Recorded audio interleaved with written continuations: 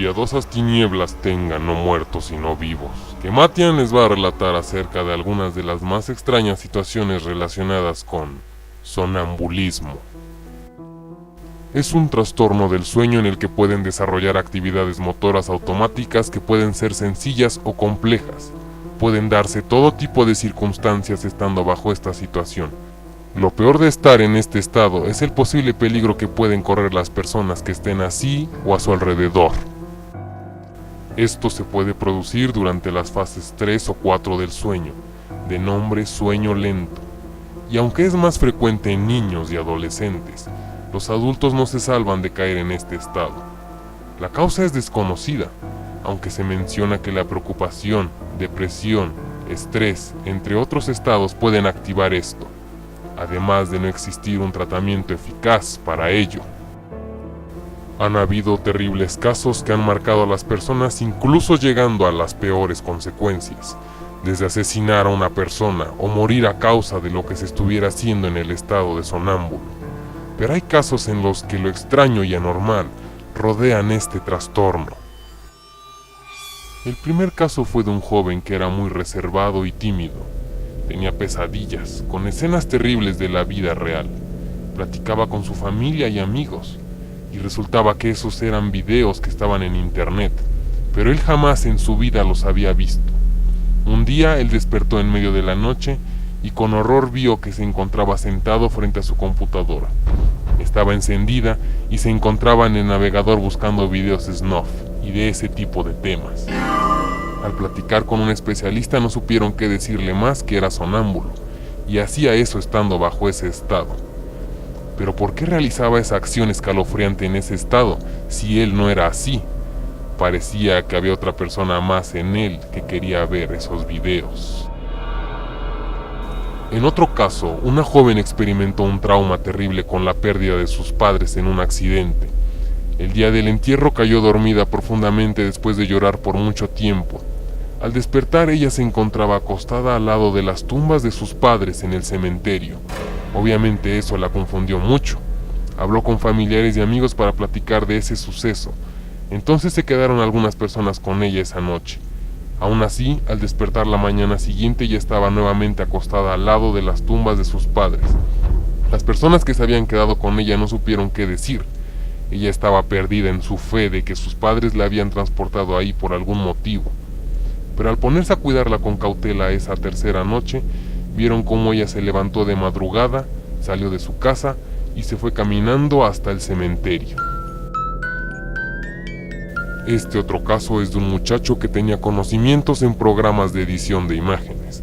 Era una persona muy buena, atenta con todos y respetuosa, hasta que un día algo extraño le sucedió y él fue a confesar todo a su familia. Al parecer, lo de ser buena persona solo era una pantalla de su verdadera forma. Por varios años habían sucedido algunos problemas y circunstancias desagradables, en la familia, en su trabajo, con amigos, y todo fue provocado por él. Era culpable de accidentes, de robos, de que alguien se enfermara, etc. Y la noche anterior él estaba planeando lo peor que alguien puede pensar: un asesinato.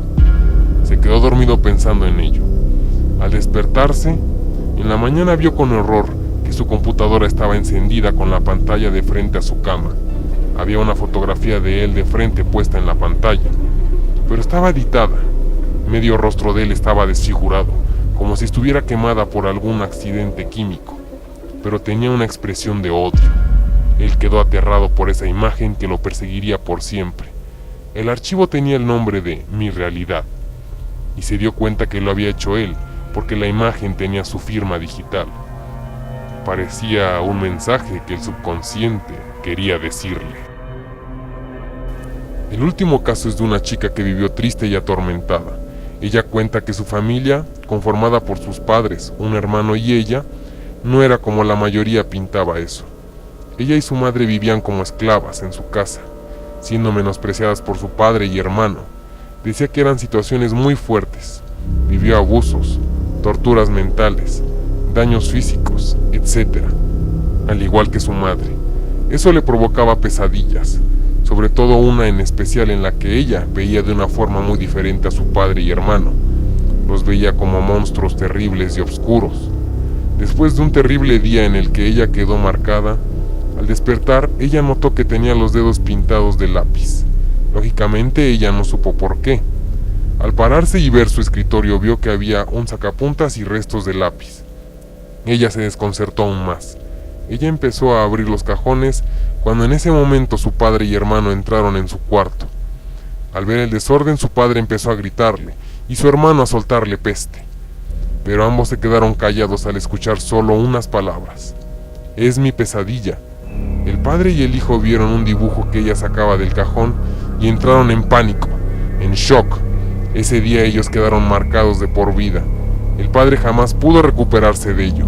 Perdió la movilidad de sus piernas y le dio la enfermedad de Alzheimer.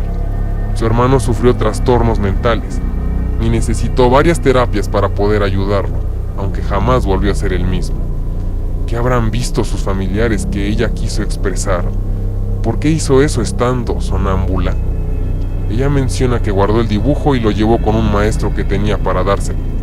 Al ver la imagen, el maestro se sintió mal y tuvo pesadillas los siguientes días. Sin embargo, él se quedó y guardó el dibujo. Tiempo después, ella menciona que alguna vez que investigaba algo en su computadora, vio la imagen en internet. Según ella, puede ser una representación pura del mal expresada por el alma de una persona, y recomienda a todas las personas de mal corazón que eviten verla por su propio bien. El sonambulismo será solo un estado subconsciente en el que, estando dormidos, realizamos acciones comunes, de profundos pensamientos e imprevistas. ¿O será algo más?